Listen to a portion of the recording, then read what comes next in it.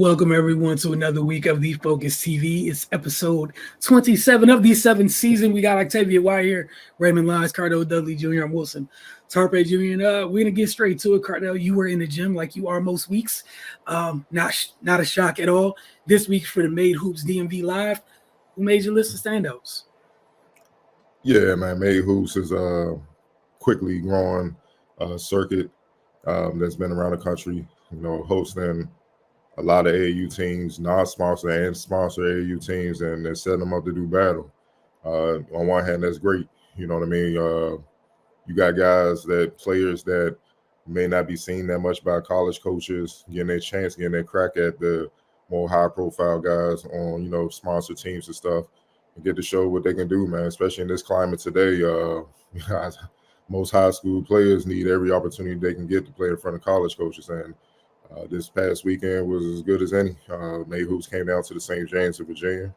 Held the DMV Live, and for what people don't understand is, the difference between the live period is when college coaches can actually physically come out and watch you play.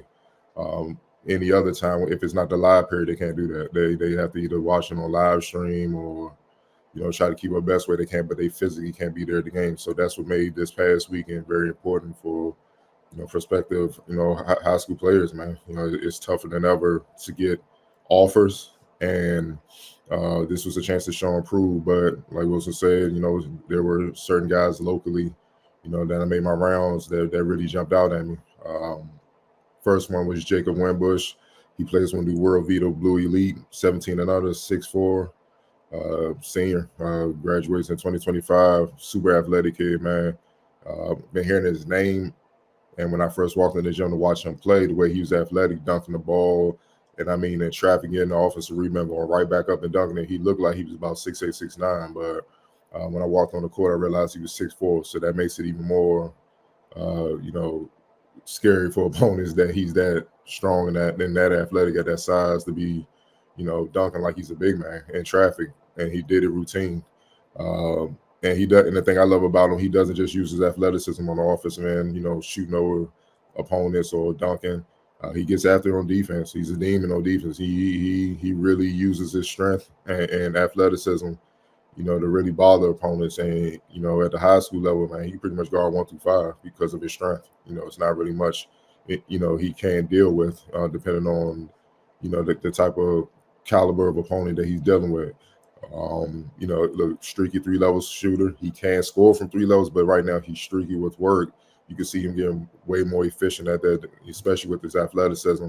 And another thing I love, he competes. He has a high motor. He doesn't just, just play for points and highlight real dunks and stuff like that. And some guys play defense, but they're motivated to try to get the steal block so they can get out transition, show what they can do. He also gets timely stops. So even if he can't make the play with the steal or block or causing turnovers, he gets timely stops as well, which doesn't compromise your overall team defense. So, I like what I saw out of him, man. He's definitely someone, the D2, D1 level should be looking at hard, throughout the senior year. Next up was his teammate, Landon Kelly, 6'3", same thing, senior, graduates next year in 2025. Versatile defender. He's not as strong and as athletic as Winbush, but he gets it done in his way. He does it with smarts and understand the angles and good lateral quickness. Unlike Winbush, who can hit shots, but he's not a shooter. Kelly's a shooter. When he pretty much just inside NBA range, you got to guard him. If he has daylight, he's letting it fly and he can hit it, and it doesn't matter where he is on the floor. He also can handle the ball. He's great out of pick and roll. And he's dangerous because of the way he can shoot. Most players, they use their ball handling coming off the screens to try to dictate what they're going to do. If they're going to try to score or make a play, he uses his shooting to his advantage. So when he's coming off, he's baiting the defender to come out at him. And if you don't, it's pretty much going to be automatic. So you have to jump out at him, and he understands that, and he uses that to his advantage. And he's an underrated playmaker as well. You know what I mean? When they jump out at him, he understands how to get past them. And if he doesn't have a good shot, he understands how to find guys. So, he has the tools to be a nice all-around guard at the next level as well. Next up is Rafael Marcinez. He plays for Maryland Movement, 5'11", He's actually graduating this spring. He's one of those players that just got caught up because of his size, the eye test or whatnot, but he could ball. And he's in the fact that he's a senior, I think he's trying to get that elusive D1 scholarship. Obviously my advice to him is take what's on the table. Hopefully he has something on the table because he could play at the next level for sure. Highly, highly smart, high IQ floor general, true floor general, one of the floor generals that, a lot of people these days feel they don't need. And then when you get going, you realize you need it. He's that guy. Crafty scorer. He's a good facilitator. Tenacious defender, man. For him to be small in height, he's stocky. So he uses that to his advantage where he gets up in guys. Tough doesn't go anywhere, plays sound defense, and he bothers guys. He forced a lot of turnovers with guys just trying to dance on him. They couldn't get past him. They kept making the mistake of trying to test him, and it just didn't work out. And, he has a toughness that he plays with on both ends that makes up for his lack of size. And that's why I feel like he has a chance. If you're smart and you're tough, you can make up for the, the disadvantages you may have in your game, especially the smaller you are. So he's definitely a player. Hopefully he gets the offers that he's looking for because he could definitely help out a number of college teams. Next up is Caleb Gillis out of Takeover National, 17 under, 6 foot, senior as well. Tough kid, man, highly competitive. He's very fast. He's a 3-level scorer, good defender, very dangerous in transition, man. You really got to stop him. He's one of those guys, he's a blur in transition. He can handle the ball, and he looks for every opportunity to push the pace. So you really have to plug him to not only keep him at bay, but keep Takeover National 17U at bay. Because they get a lot of their points off of that, you know what I mean? So, but he's competitive. He got on the floor for loose balls, won a lot of 50-50 balls. He makes winning plays, man. And for him to be small, he shows more heart than a lot of bigger players, and that's what helps him get the edge on them. When they possibly should get the edge on them, man. Just a talented kid. It's gonna be eager to see how he develops this summer. And going into the high school season, for those that know, he plays at Sidwell Friends, one of the top, if not the top high school program in our area. So, a lot of guys leave him. He'll definitely get his chance to be one of the main focuses. Obviously with Acaden Lewis and all those guys in the backcourt. With the way he plays, it's gonna be they're gonna be tough to deal with next year as well. Elijah Flowers, Takeover National, 6'8", 2024. Senior, versatile wing, can handle the rock, attack the basket. One thing I love about him, he can defend 1 through 5 with his size and athleticism and his length. He's fairly athletic. He's not super athletic like Wimbush is, where he just wows you with it, but he gets the job done. One thing I saw that had caused pause with college coaches or whatnot, he has to improve his passing and decision making with the ball. A lot of times, man, he just hurried. He hurried when pressure was applied, had a few turnovers that he just took his time and just saw what was in front of him and just made, the basic play instead of trying to go for the home run. It'd have been some good solid plays for him. And those turnovers wouldn't happen and it wouldn't hurt the team. But regardless, he makes up for it on the defensive end and his effort and his energy. You know what I mean? He's also a very good offensive rebounder, man. You know what I mean? So just fine-tuning his ball skills and his decision-making will just take his game to a whole new level. And then I think he won't be in our market. There would be no need for him to play AAU right now because he would be signed somewhere. Next up is Caden Samuels, plays for Takeover EYBL 16s, 6'6", 2026. Going into his junior year, just finished his sophomore year, plays for Bishop McNamara. Explosive, tough, 3-level scorer. He's one of those guys that just gets buckets.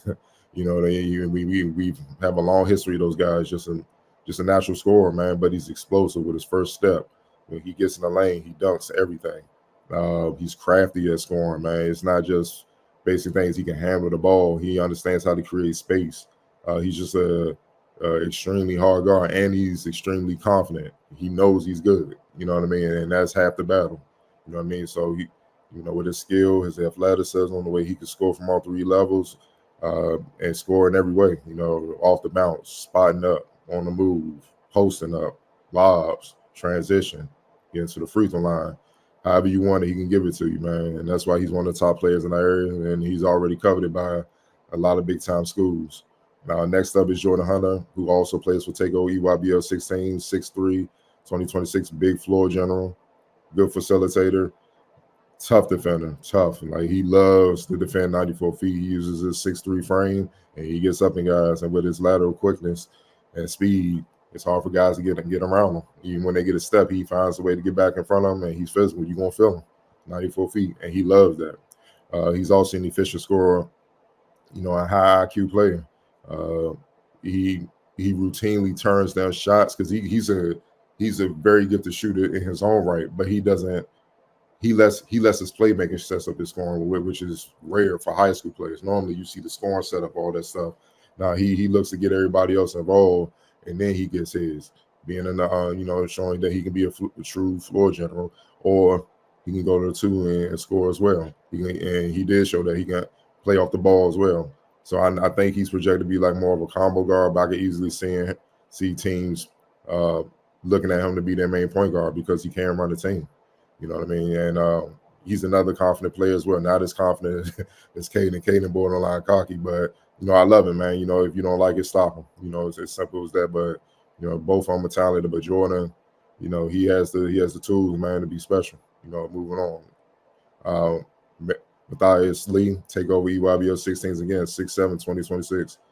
As you notice, the theme, Takeover, they normally have a lot of talented players throughout the area. It's been going on pretty much since they started back in 2010 or whatnot. So when they won their first EYBL, so it's nothing new, man. They always gonna have their share of the cream of the crop, so to speak. But I love how versatile he is, man. Extremely versatile forward. He can play both guard and forward. Has great instincts. Has a skill at either position to play the 3 or the 4, has great range defensively due to his size and length. I say he can guard 1 through 4. He's a little bit thin and young. So as he grows to his size, he'll eventually be able to deal with, 5s in high school. Obviously, with the caliber of talent he is, he's going to be dealing with, high major guys throughout his high school career and throughout AAU, obviously. So, the center position, it gets real down there, man. But 1 through 4, he should be able to hold his own already. Mid-range shooter. He can knock down some threes, but that's not his strength. But I think it will be as he gets stronger. And, his ball handling, is solid. But once he gets better with that, with his size and athleticism, he can get ugly, because I can see him easily being 1-2 dribble dude, and he's elevating and dunking on people routinely. Right now, he relies on, Jordan Hunter and Samuels to set him up for dunks and to get him going right now. But once he ran out his offensive game with what he could do defensively and his physical tools, he could be a special player. Last 3, Godwin St. Pierre, plays for Mid-Atlantic Select, 17 under, 5'8", playing up 17s. He's in the class of 2026, and he just may be the best floor general that I saw this weekend. Just high, super high IQ, man. Tough too. He gets after it defensively. He uses his size, and he's small. He's a pest. Y'all know my rule with small guards, man. If you're gonna be small, you better be a pest, man. It's gonna be hard to play you because guys can already get to their spot and shoot over you because you're small. So you got to take something away. And he takes away guys' ability to try to dribble against them. There was a lot of frustrated guards this weekend. He makes smart decisions. Mass out of the pick and roll. He understands pace. He understands when to go, when not to go, how to slow up his speed, when to speed up, to keep defenders off balance. And he understands how to hit his bigs with that's either slipping to the basket or rolling to the basket. He understands lob plays. He understands how to get the ball to shooters in the corner when he's coming off of screen sets. He's just a technician out there as a point, man. Special kid. And he can shoot. If he's open, it's automatic. He can play off the ball and he can knock it down moving without the ball. So for him to be that nice, to be that young, man, it's scary where he's going to be in the next couple of years, man. And you know what I'm saying? And don't let him grow. If he get about 5'11", 6 feet with what he can do now and just fine-tuning what he already has, he easily going to be one of the top players in our area, if not the nation. He's that special. Next up is actually a foreigner, Denise Gokwanar, plays for Mid-Atlantic Select as well, 17 and under. 6'5", going into his senior year of high school. Not much of a shooter right now, but he got everything else. everything else, man. He guards multiple positions. He can rebound, transition. He's unstoppable because he's tough. He can handle the rock. He loves contact, and he can finish inside. He can score inside. And he's not just a great passer where he gets the job done. He has a little flair with him, man. So he understands how to look guys off and find the guy that he really wants to get them in prime scoring position. He's just another big guard, and he can play the 1, 2, or 3. Due to his size and his toughness, man. And he's just a kid that loves to play basketball. You can just tell. Once he get a jumper, man, it's really not gonna be much you could do with him because he could do everything else. He's strong in everything else. That's the only thing that's lacking right there. And every now and then he'll hit a few shots from the outside, but getting more efficient from there, that's the only thing holding him back. And last but not least, one of the players who I feel is one of the best in the area, if not the country, Mason Ellison, Mid-Atlantic Select 17U, 6'4", 2025, super athletic kid. His range defensively due to his size and his length and his athleticism is scary. He had one play where he literally came from the elbow 3-point range, ran across the court after his teammate got beat and stripped the ball. That range and stripped the ball from as the guy was driving from the top of the key, stripped him by the free throw line. So not only he anticipated well, but he got over there fast enough where the guy couldn't even really get in the paint, and he stripped and went the other way and scored. And I'm like, that's special. That's big time, like NBA type of play. You know what I mean? With it on defense, and you just don't see that a lot these days in high school. He's also a nice mid-range shooter. He can be streaky from 3-point range, but he can hit it. Good passer. He has the tools, man. For him, it's just fine-tuning the 3-ball and getting stronger. Because once he could physically, more so with his strength, impose his will, he's another one that he would be tough to deal with because he already is, man. He's one of the top scorers in the area. Just adding those two elements to his game will round out his game as well. And at the high school level, won't be nothing you could really do with him. And then it's just a matter of him getting to college and adapting to that. And it's easy to project him possibly being a pro with what he has now. So those are my standouts from Made Hoops DMV Live. I'll be back with some more as the summer, goes along. All right, and everyone, don't forget to get over to finestmag.com.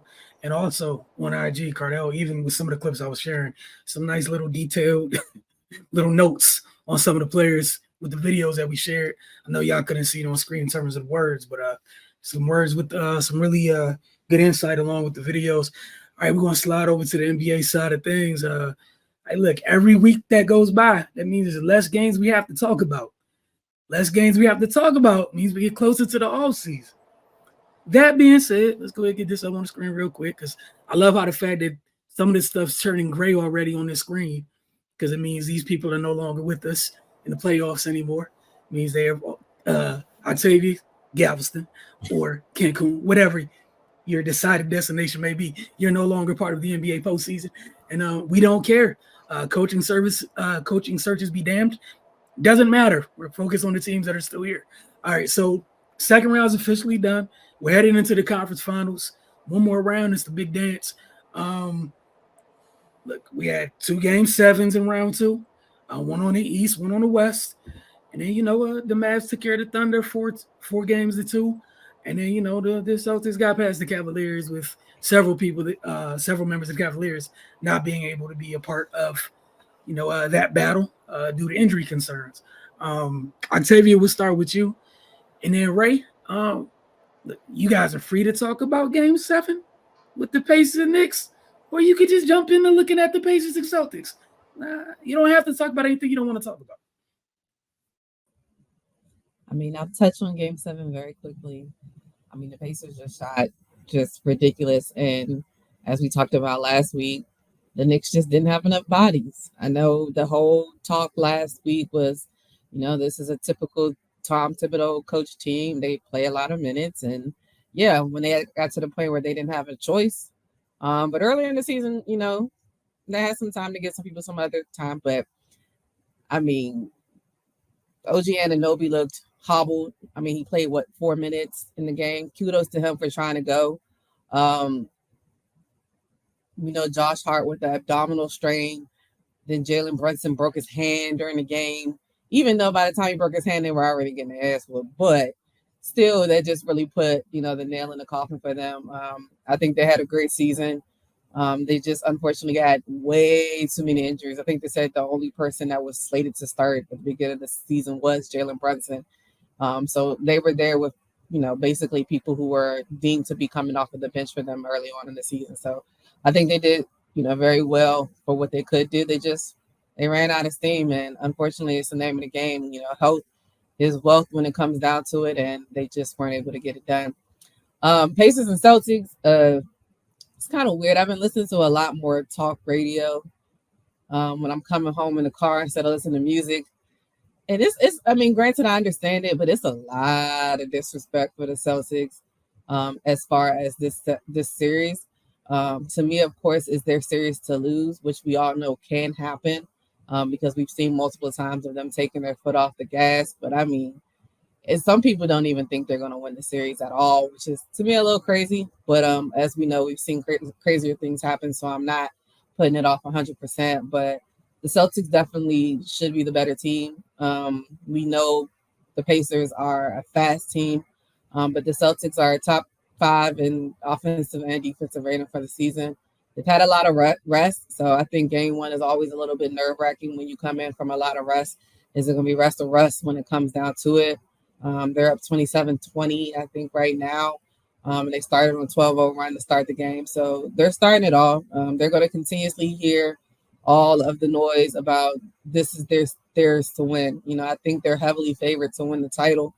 But we have no favorites, and over-unders mean nothing when it comes down to playing the game on the court.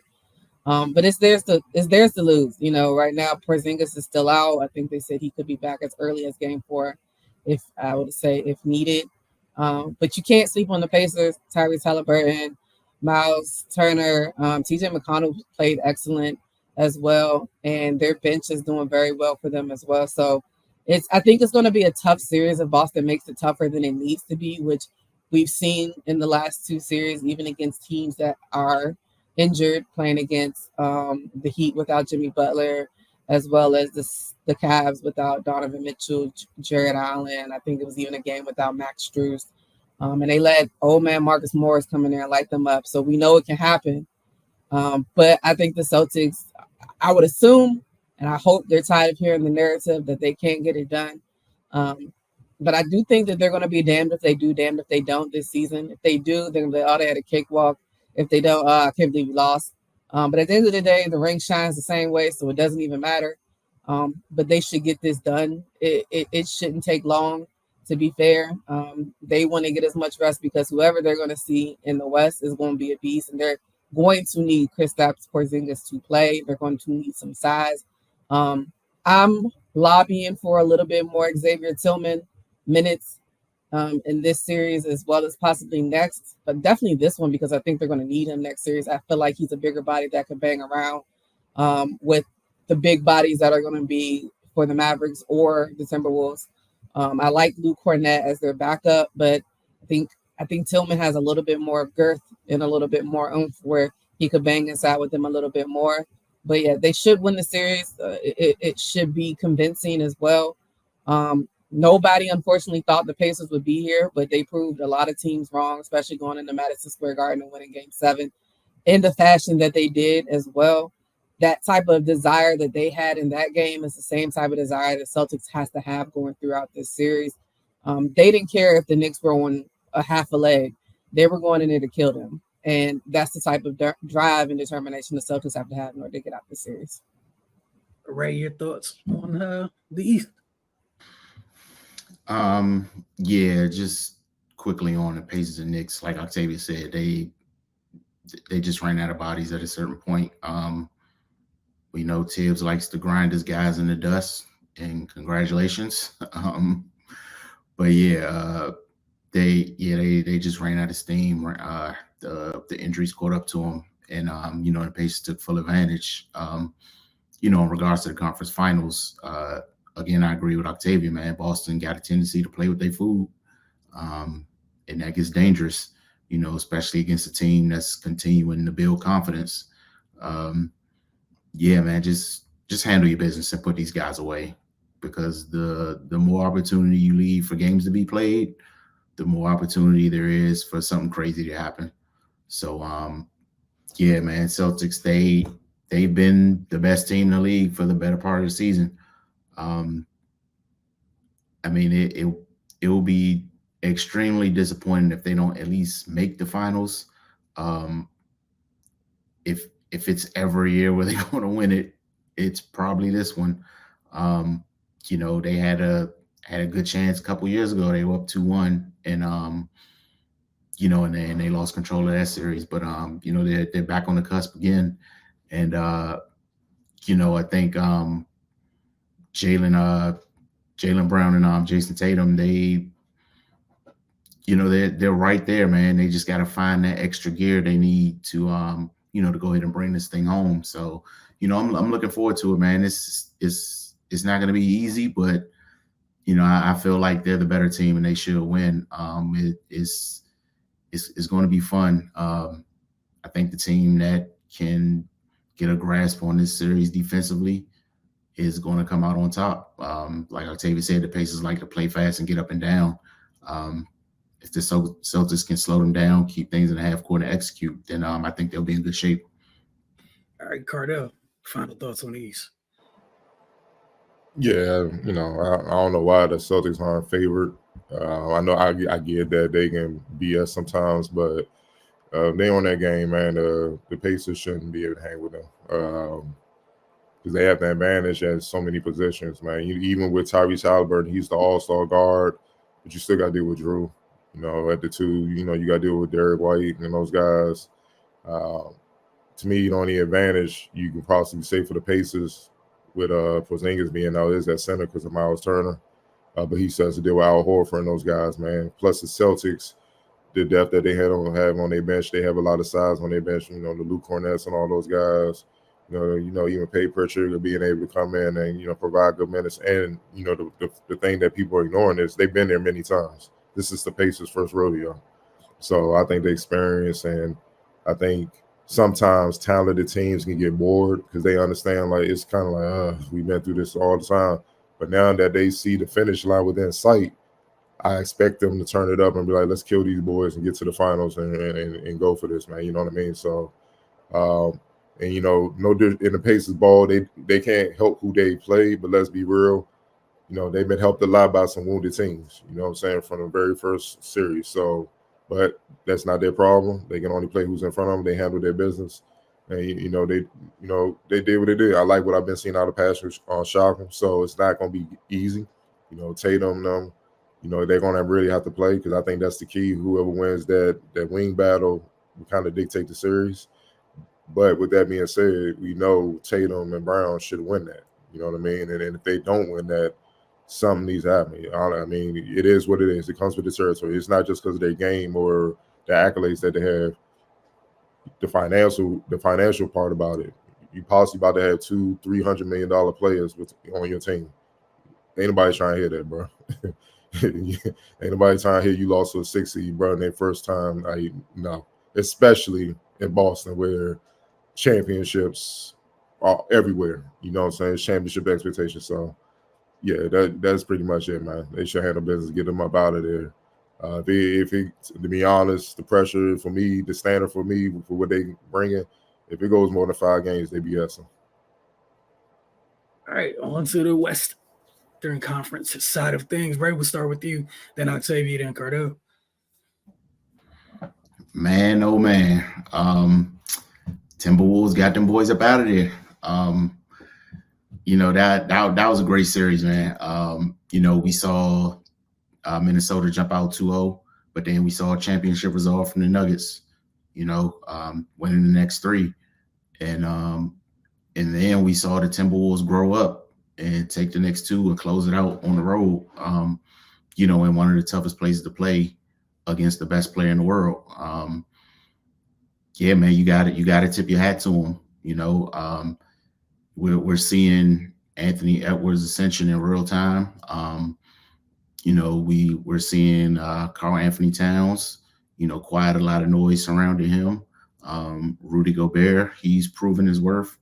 You know, of course, you know, the talking heads are going to going to have things to say about him endlessly. But at the end of the day, you don't win 4 Defense Player of the Year awards for no reason.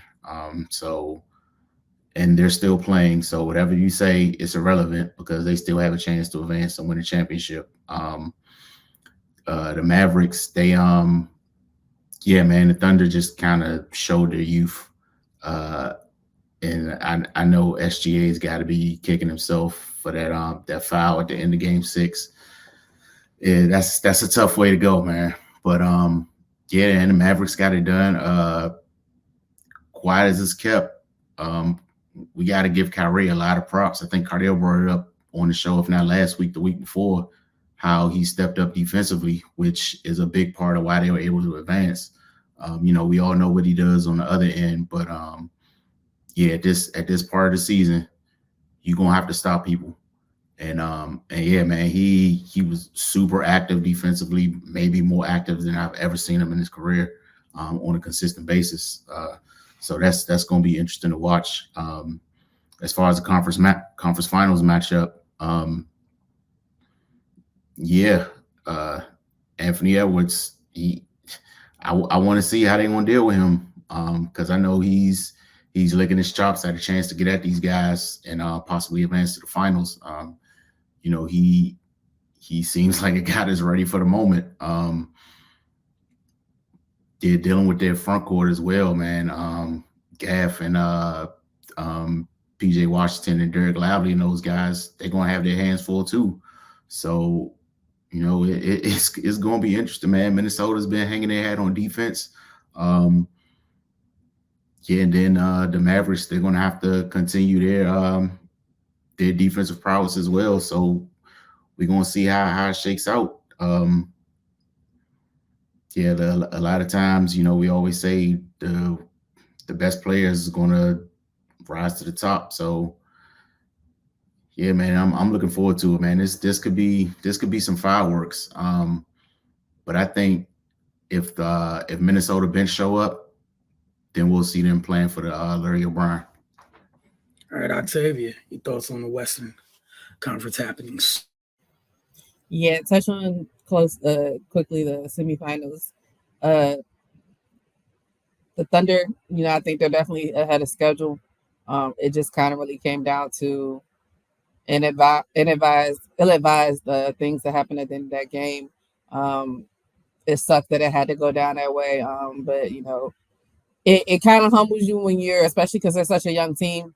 But to be where they were, be the number 1 seed, you definitely want to say they had a good season as well. The Nuggets surprised me. I say surprised me just because they were up 20 in the third quarter. I was half asleep because I was like, hey, they're up 20. Okay, I could kind of go to sleep. And as my eyes were slightly open, I was like, wait, what's happening? So that just shows you the determination in the heart of the Timberwolves because they really could have just laid down and let it go at the end of that game, and they didn't. To be down 20 in the third quarter and walk them down the way they did on their home court was just a testament to their team. And it's not a huge thing because their coach still is there, but think about it, their coach is in the second row. They got an assistant coach up there, so they just deserve to be here. The Mavericks and the Timberwolves series is going to be really, really good. I think these teams are I think they're matched well as far as at most positions. Both teams got bigs. Both teams got prolific players on the front court and in the back court. I'm so excited to see the matchup of Anthony Edwards and Luka Doncic because, like we said, Luka going to have to play some defense. Kyrie going to have to play some defense. I think the Mavericks with their younger front court, like you said, Derek Lively, Gafford possibly getting some more minutes.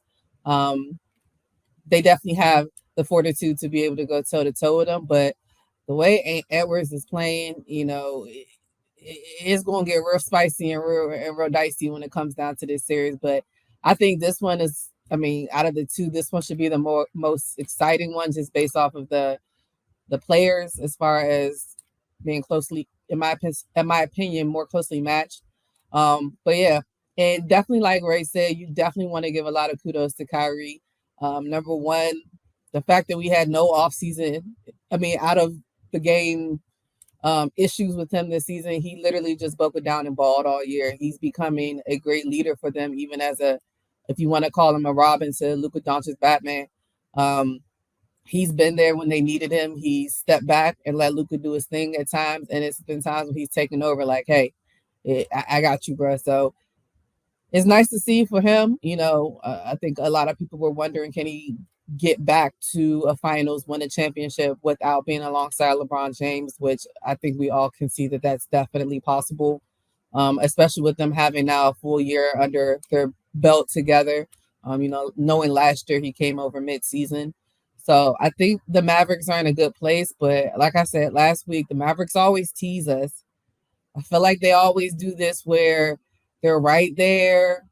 They got a lot of great pieces around them, and they should take it.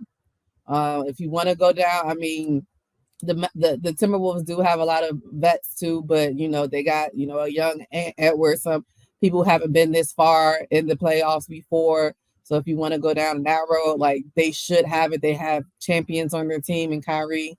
They have a coach in Jason Kidd who's been, in these tough situations as well. So while everything makes you think it should be the Mavericks, you can't ever count out the Timberwolves as we've seen in the last series.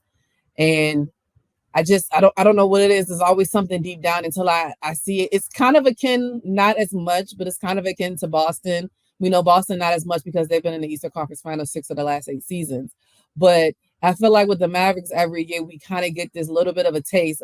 And we're like, oh, they're so close. They have good pieces. They should be able to do it. And then something just kind of goes awry and it just all falls apart. Luka's definitely going to have to get up and down the court without whining to the officials for most of the game. Hopefully he's able to do that because it's going to be a physical game. So I'm just excited to see that, whoever wins it at this point.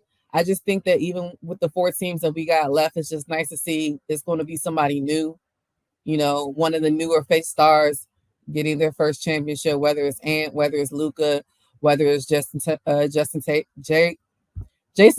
Jaylen Brown, or even if it's Tyrese Halliburton coming out of nowhere where a lot of people didn't expect the Pacers to be in this situation. So I just think all in all, it's going to be a great series.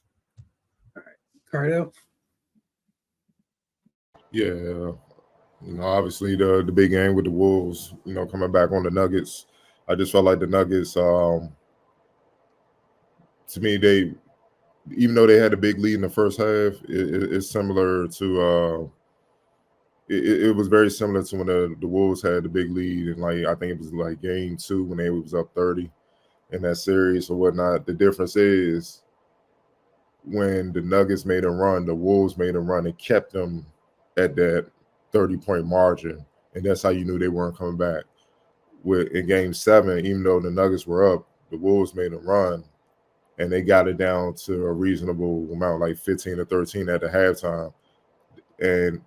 And Karl Towns had it going, but then Conley made a couple shots, and then McDaniels, he started making a couple shots. So he had a couple guys starting to join them, and you could tell they were warming up.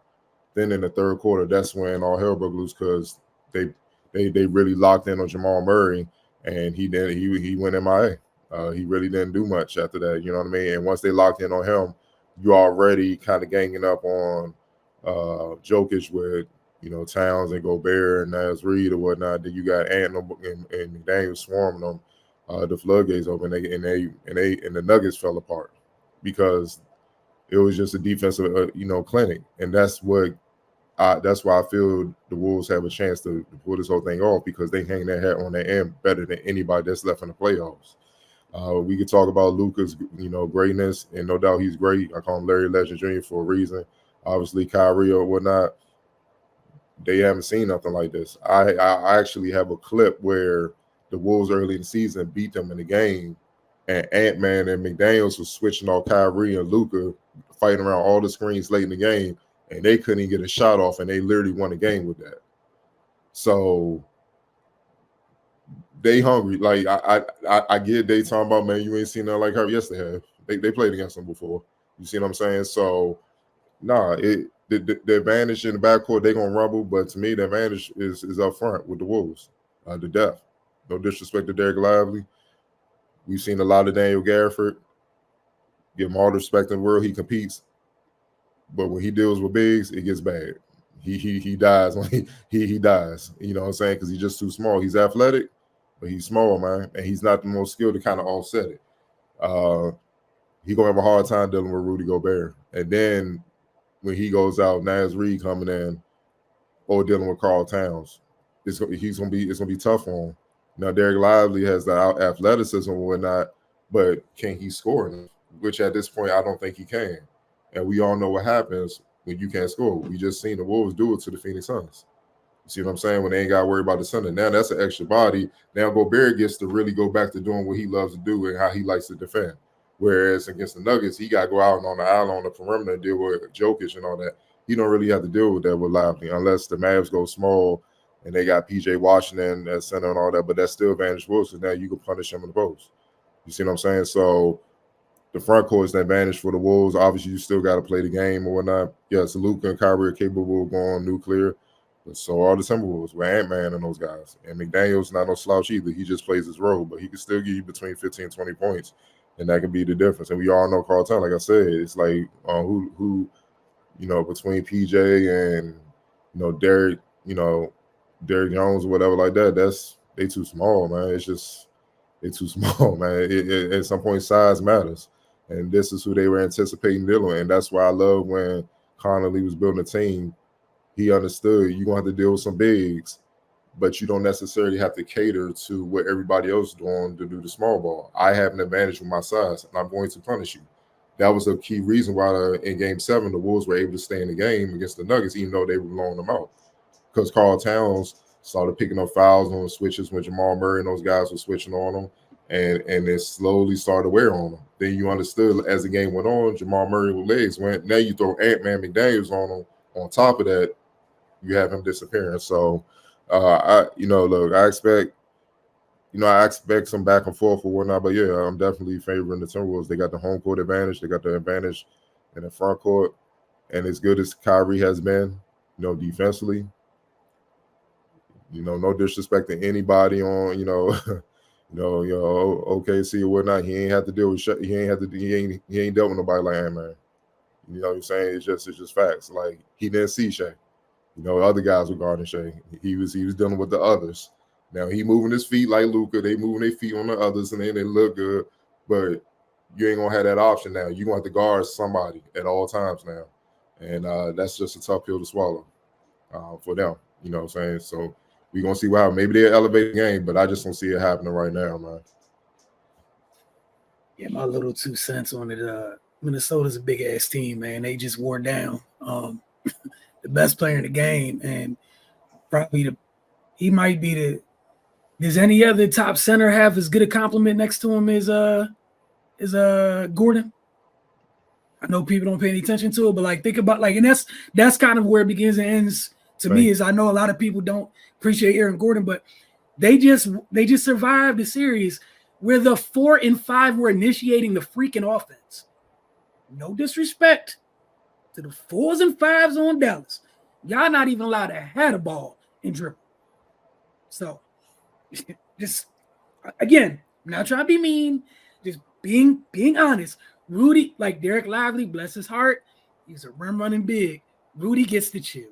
Boy, the whole Minnesota front line is no joker, and Aaron Gordon's alien behind, taking somebody off the dribble, having the physical ability to elevate and bother me, draw fouls on me. Again, no disrespect. PJ Washington looking up at Jaden Daniels. And you Gafford looking up to Jaden Daniels. Not Jerry Jones, PJ. Just everybody's looking up at Minnesota's 3. They're looking up at the 3 of Minnesota. Lord knows the eyes get in the game. Then, it's just a lot. They just survived hell in the front court. With, you know what I'm saying? Too small, bro. PJ and Derek both 6'7". They and Gafford, they too small. And then we see Lively running for his life not to get fouled. Come on, dog. Come on, man. So again, that's my little 2 cents. We'll see where it goes. Obviously, the games have to be played, man. But some of the stuff that Minnesota's seen already, what they'll see going forward don't have the things that bother them in the same capacity. Like, bless Kyrie's heart. You're not 7 foot like your homie used to play with. And they bothered him. Bothered the hell out of him. With Booker and Bill. Yeah. And they made the other two people that played with him abracadabra disappear. Only one that could get shots off was the dude with no Achilles. Then you get to the last series with Joker and AG. AG's unfair. I hope people really appreciate just how freaking unfair it is to have Aaron freaking Gordon playing next to Jokic. Bro, that's not. Would you go and tell Derek Lively put that thing on the floor? No, you gonna go guard Gafford? Like, now, I have one last thing. Conley. Oh man, don't. Conley. Hey. If they take Conley out of the game, we could be in trouble because he's the calm he's the calm. He keeps everybody at bay. You saw what happened that one game. He was out. Yeah, it could get chaotic. You know what I mean?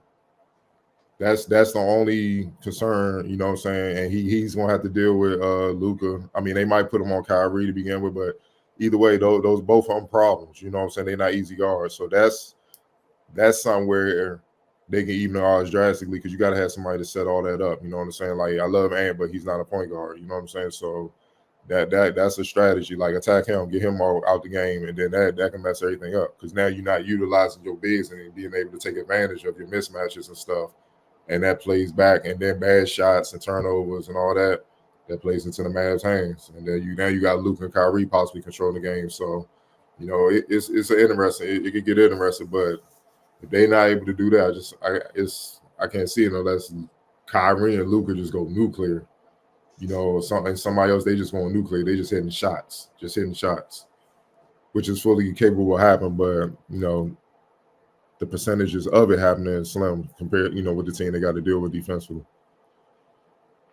All right, gonna slide over to the Mystics real quick. Let me get this up on this screen. I just had it. All right, here we go. You know, Cardell checked in with us last week. That was their season opener against New York. Since then, they played 2 more games. They lost a close one to Connecticut on the road.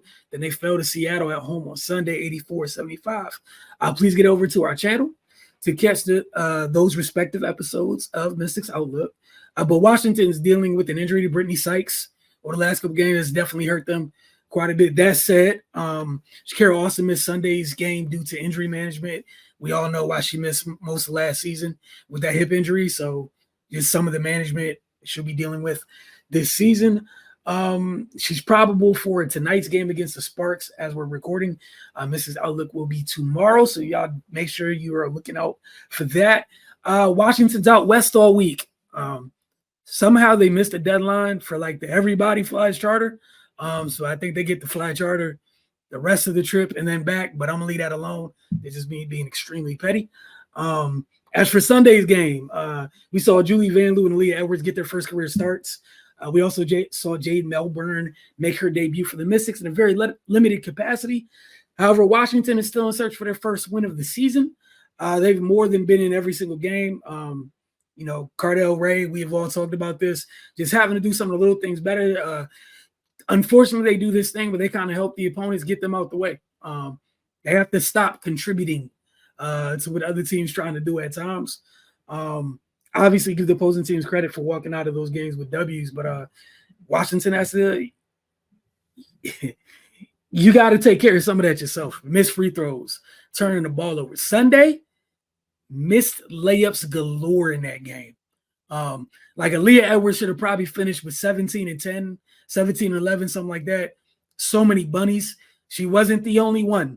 The team as a whole, like I think they got off to a 7-2 start on Sunday, and it probably shouldn't have been. It should have been something like 15-2, the way they were getting stops, but they couldn't capitalize. But Seattle, on the other hand, while Washington turned the ball over less, Seattle almost doubled the points off turnovers. Just little things like that can definitely cost you games. Then obviously, as you both have mentioned, at times if they have little stretches of the game where they just play defense with their hands more than their feet, puts folks on the line. And when you're doing what you're doing, it's hurting you at times, and you're not hitting free throws, it's costly. but they're still in search for their first win. We'll see how things go on this trip out west. But let's head into this new thing we have right here called Take It or Leave It. Cardell, the floor is yours. All right, man. First question. Caitlin Clark, is doing something no athlete, man or woman, has done since Michael Jordan.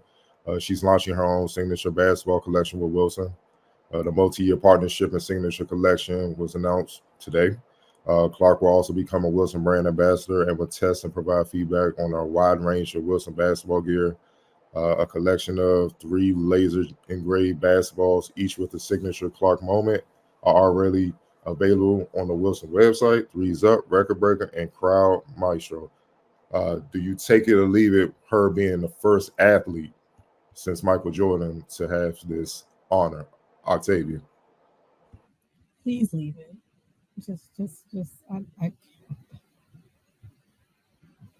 I'm completely leaving it. I mean, it's really getting ridiculous at this point. Again, I know I'm going to sound like a hater. I don't mean to sound like a hater. I don't. But come on, bro. Like, if we're saying it as, okay, she's the first person since Jordan, like, why? Like, I don't understand, like, the behind the scenes of that portion. I'm going to be honest. I could care less about a basketball. That's just me. Like, I don't care about a signature basketball line, but I mean, I don't know. I feel like it's capital gain, and it is what it is. They're going to ride the new Great White Hope until it is dead, long gone and dead. So congratulations to her. I'm never going to be one to stop somebody's money because, it is what it is. She's getting paid for it. There are a bunch of little girls that look up to Caitlin Clark and are going to ask their parents to buy them this basketball. That is amazing for them. For me, I can't take it anymore. Right. Yeah, man, I'm gonna have to leave it. And like Octavia said, it's nothing to do with her personally. If people are going to offer her these things, then I would definitely encourage her to sign on a dotted line. Get all the money you can. But just from a broader perspective, I have to leave it because everything that's been happening over the past year or so in regards to women's basketball and marketing and all that stuff, it just shows that for all these years, the neglect has been very intentional. These resources have been here. She is not the first person to deserve this. So that's my beef. Imagine if they started this when Candace Parker was a rookie. Where would we be now? Someone who came in the door wrecking shop. So, I mean, again, nothing personally against Caitlin. She did her thing in college, great career. But it's just a whole lot real early. And it's just sent women's basketball discourse straight to the 7th layer of hell. And yeah, man, something's got to be done, man. We got to get back to normal at some point. And God forbid she doesn't she doesn't fulfill all these great promises in this hype, because then we're going to get to a place where we don't want to be, and that we've seen on the men's side for a very long time. So yeah, congratulations to her personally. And another thing that's kind of unrelated but sort of related, all you dummies that said your sponsorships won't carry over when you leave college, please shut up. Like that's just foolishness. But yeah, I gotta leave it. They can spread the wealth. It's getting a little out of hand. Wilson. This is why their brand is what they are, man. They always behind something, late to everything. So I'm not shocked by this. known for big tennis and baseball. Technically they dabble across the board, but you let any athletics company, whatever, and see who the quote unquote athletes are. And we're here. Like my wonderful colleagues, I am leaving this. So you just missed out on like 20 years of Hall of Fame players to start here. Cool. You had the Agent Wilson thing lined up right here, and you failed. It was so easy. You wouldn't even have to change anything. You just had to put her name in front of it. But again, from who you are as an athletics company, just say I'm not shocked. But I'm not mad at Caitlin at all. But like Ray said, and this is the thing, is like if she ends up in the same, like around the same place that Kelsey Plum, Sabrina Ionescu are,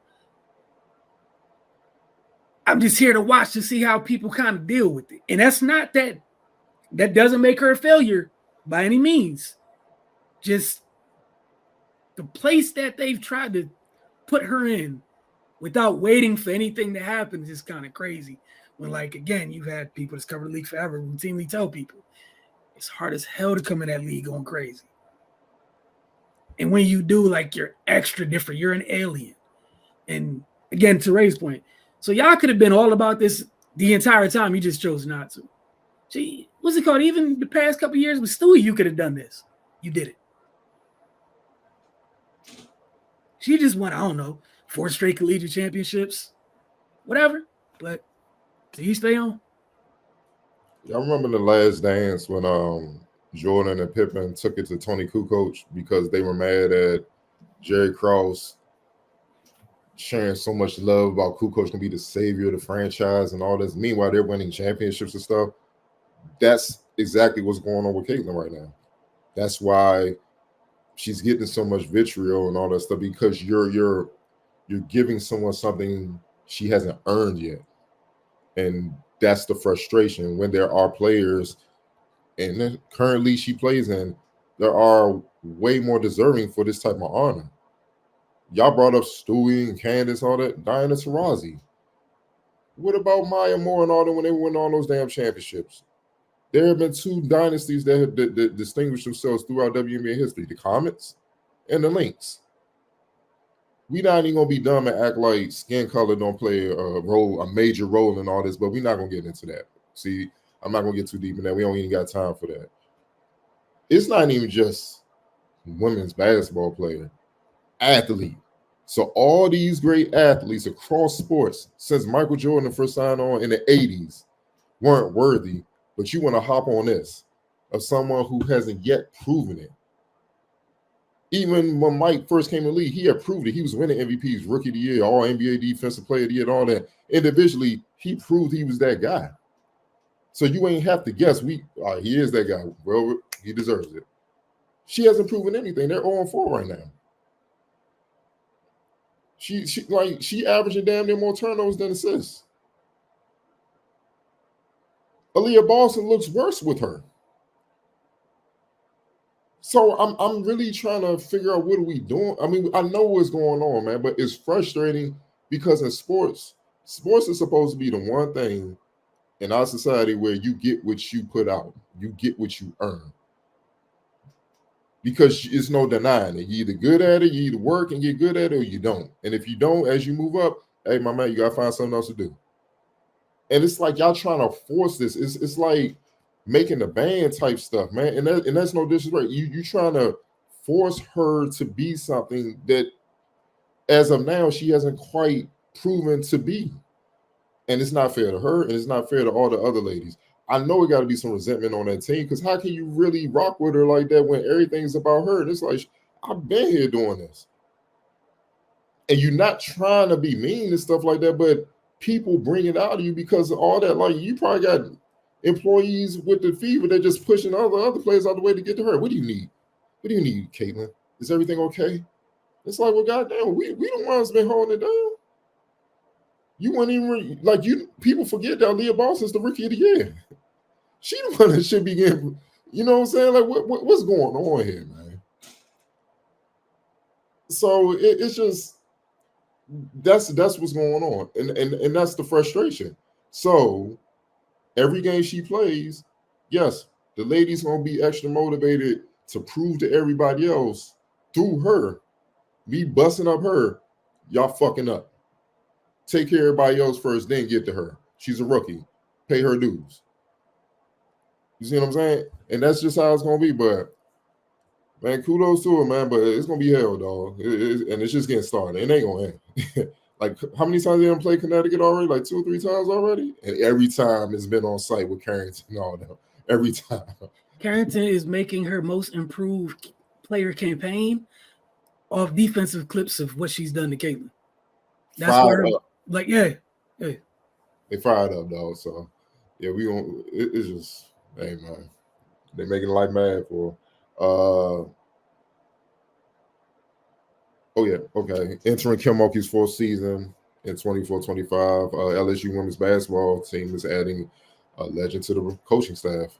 On Monday, the Tigers announced that Simone Augustus, a legendary player both at LSU and in the WNBA, of course, who is on her way to being inducted into the Basketball Hall of Fame this year, will be joining Mulkey's staff as an assistant coach. A player at LSU from 2002-2006, Augustus won Naismith Award as the National Player of the Year, 2005 and 2006, and she also won the Woodland Award, a Wade Trophy, while earning All-American honors in both those seasons. Her numbers was retired at LSU, and she's one of 4 players with statues outside of the Pete Maravich Assembly Center, and is the only female athlete with a statue on campus. Take it or leave it, her joining Kim Mulkey's staff. Ray, let's start with you. I'm reading your mind, man.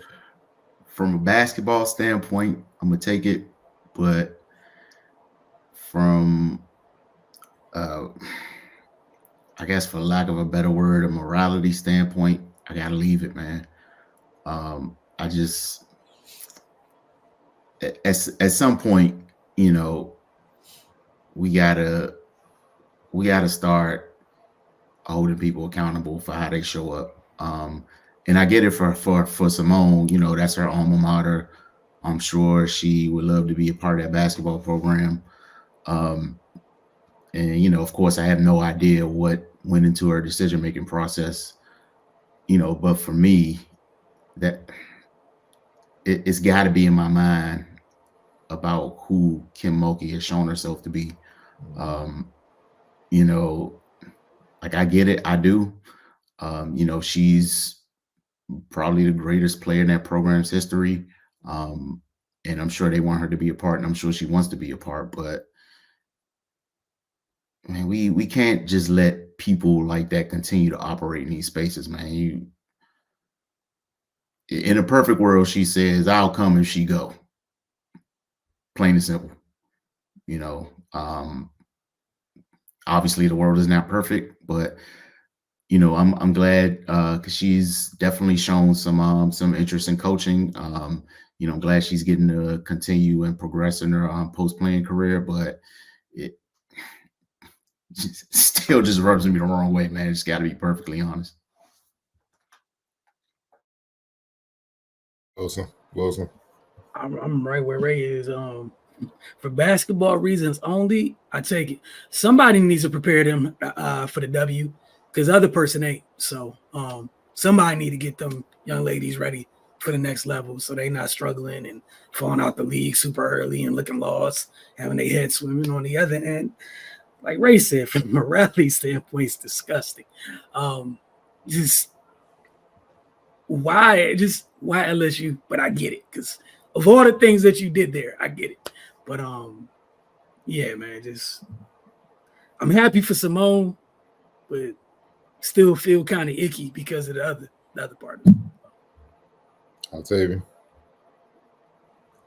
I think we're 3 for 3. Yeah, I'm literally right in the same place. Like, I'm like, take leave. I don't know. Take it definitely because of Simone Augustus and LSU. Like, I mean, looking at the picture right here, she has a statue out there, and that's for a reason. So I understand her reason and wanting to go back to her alma mater. And you would think, you know, help those that come after her, you know, to give her knowledge and how great of a player she was, and hopefully pass it down to them so they can utilize it at the next level. But Yeah, I gotta leave it because I mean it to a certain extent, like from the Kim Mulkey side of it, it seems like a publicity stunt. We know all of the bad press she personally got last year about her coaching and some of the things that possibly happened, in coaching sessions and things of that sort. So it seems like maybe she's trying to clean it up a little bit. Again, this is just me speculating. I have no clue.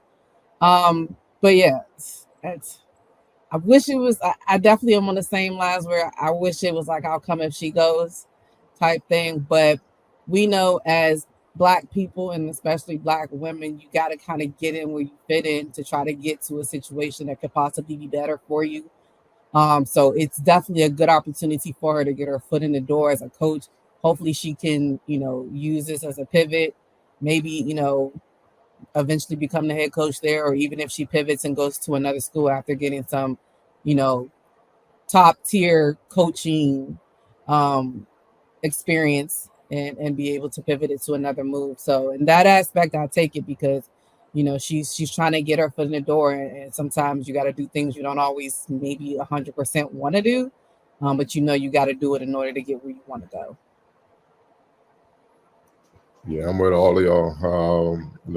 Happy for Simone. Obviously, my high school class during a time where it wasn't a lot of footage of high school players really doing it, especially on the women's side. Her exploits was definitely being shown heavily. So we knew who she was coming up through high school. We knew she was that deal. You know what I mean? It was about three girls at that time that really across the country that everybody knew, and it was her, it was Candace, and Ivory Latta. You know what I'm saying? That was really just wrecking shop when I was in high school. So she's been that deal, and she's more than worthy of obviously not just being an assistant coach, but you got to pay dues being a head coach. Obviously, she has a lot of knowledge to spread and give to these youngest coming up. But like y'all said, man, I never rock with Kim Mulkey. I never rock with her. I don't appreciate how she treated Brittany Griner, who really for real cemented her career. And I will never forgive how she treated the girls when they went to visit the White House, man. I mean, come on, man.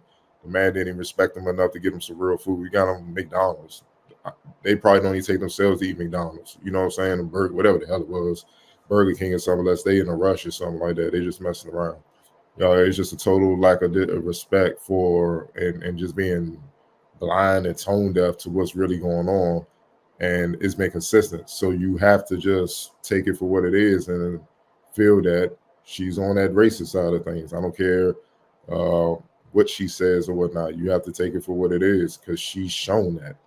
It's not about jumping to conclusions. It's what she's shown. She didn't even acknowledge Brittany Griner the whole time she was stuck over there in Russian jail, and because of her grind and the work she put in, she boosted your legacy as a coach.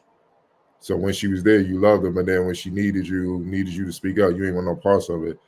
That's just sucker stuff to me, man. You know what I mean? So she don't deserve any respect. I'm shocked that a lot of sisters keep going to play for. I'm shocked that a lot of Black families keep sending their daughters to play for. That's just wild to me, but that's neither here nor there. I have two daughters.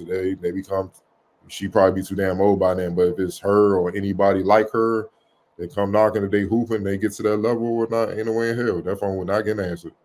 Matter of fact, a letter or text will go back. Don't hit me up no more. Ain't no way in hell they come.